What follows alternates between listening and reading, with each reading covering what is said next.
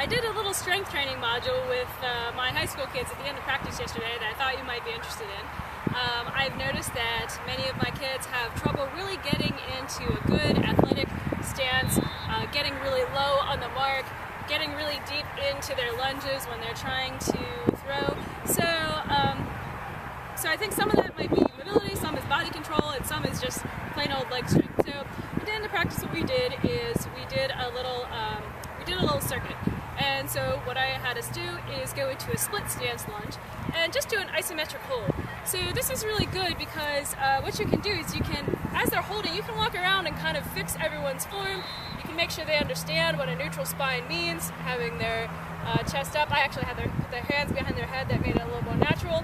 And you can see if they've got any mobility issues preventing them from really getting into that deep squat, or whether it is really a strength issue. So had them hold it at parallel for about 25 seconds on one leg.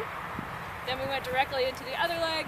Again, you want to get your kids into this good 90-degree angle.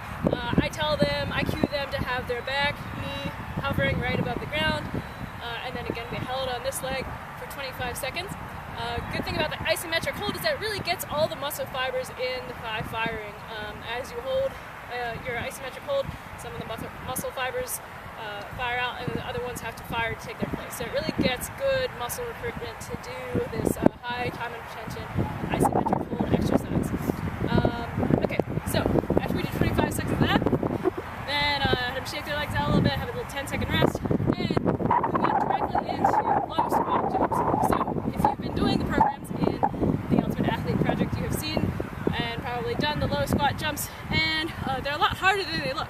So what you got to do is you want to get down into a low squat position, pretty near parallel, and then you're just jumping as quickly as possible, and you're thinking about bringing your knees up to your chest, just bringing your feet off the ground a little bit while staying really low. So you're trying to keep your hips low and just lift your feet off the ground.